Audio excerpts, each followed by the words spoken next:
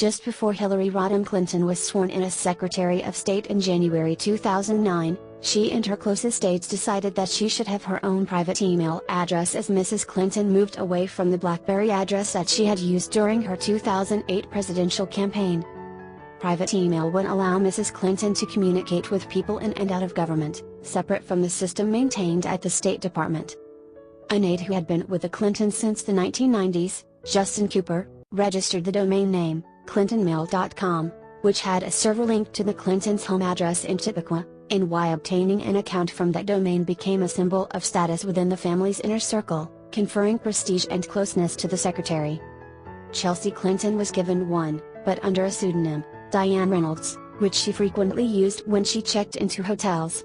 Huma Abedin, Mrs. Clinton's longtime aide and surrogate daughter, was also given a coveted clintonmail.com address.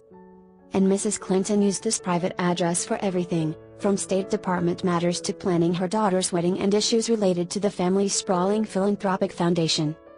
6 years later, as Mrs. Clinton prepares for a 2016 presidential campaign, her exclusive use of her clintonmail.com address while Secretary of State has set off intense criticism, because it shielded her correspondence from being searched in response to public records requests at the State Department.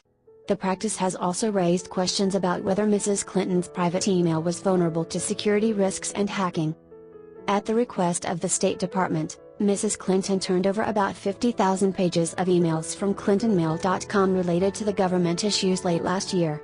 But her aides have declined to describe the process by which they selected which emails to hand over and which to hold back, and public records experts have expressed alarm that Mrs. Clinton's correspondence was not being preserved as part of the State Department record-keeping system while she was in office.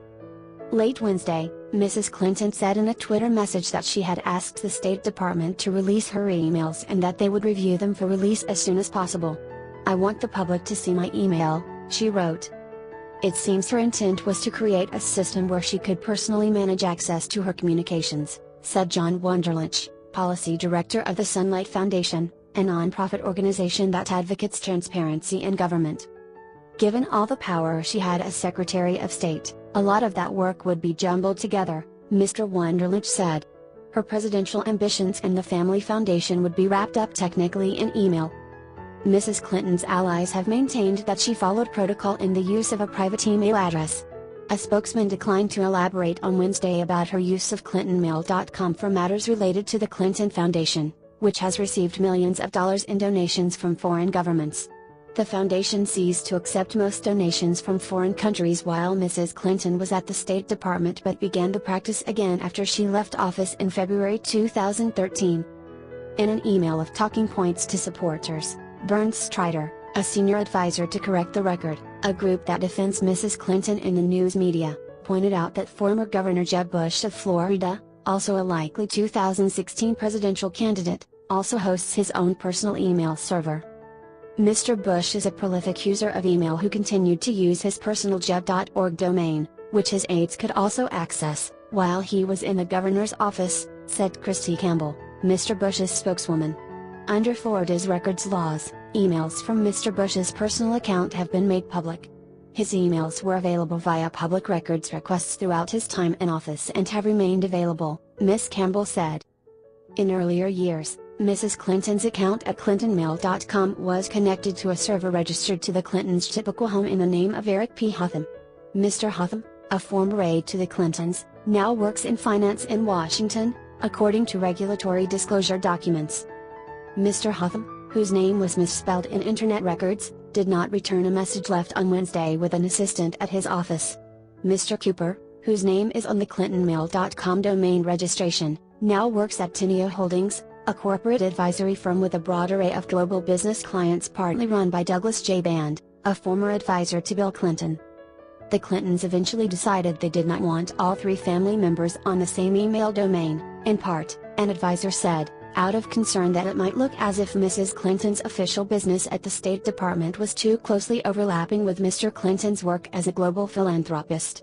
Mr. Clinton stuck with PresidentClinton.com, which was established in 2002. Chelsea Clinton has now set up ShelfSelfice.com.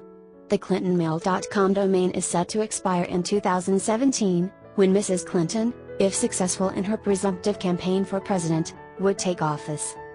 In addition to concerns that Mrs. Clinton's private emails are not subject to requests under the Freedom of Information Act, there are also questions about how secure her personal email address was as Secretary of State. She obviously would have been targeted when she stepped outside of the secure State Department networks, said Tom Kellerman, a cybersecurity expert with Trend Micro. He said her use of her own email server instead of her government account, with its built-in security systems, would be akin to her leaving her bodyguard in a dangerous place. The unintended consequence, he said, is that Mrs. Clinton may have undermined State Department security. On Wednesday, a congressional committee examining the 2012 attacks in Benghazi sent a subpoena to Mrs. Clinton's lawyers for all of her emails related to Libya. The committee sent the broad subpoena because it is seeking to determine whether Mrs. Clinton has handed over all of her correspondence about the attacks. 3 weeks ago, the State Department provided the committee with roughly 900 pages of emails that the department said had come from her personal account. The committee also sent letters to internet firms, telling them they were legally obligated to protect all relevant documents related to the Benghazi attacks.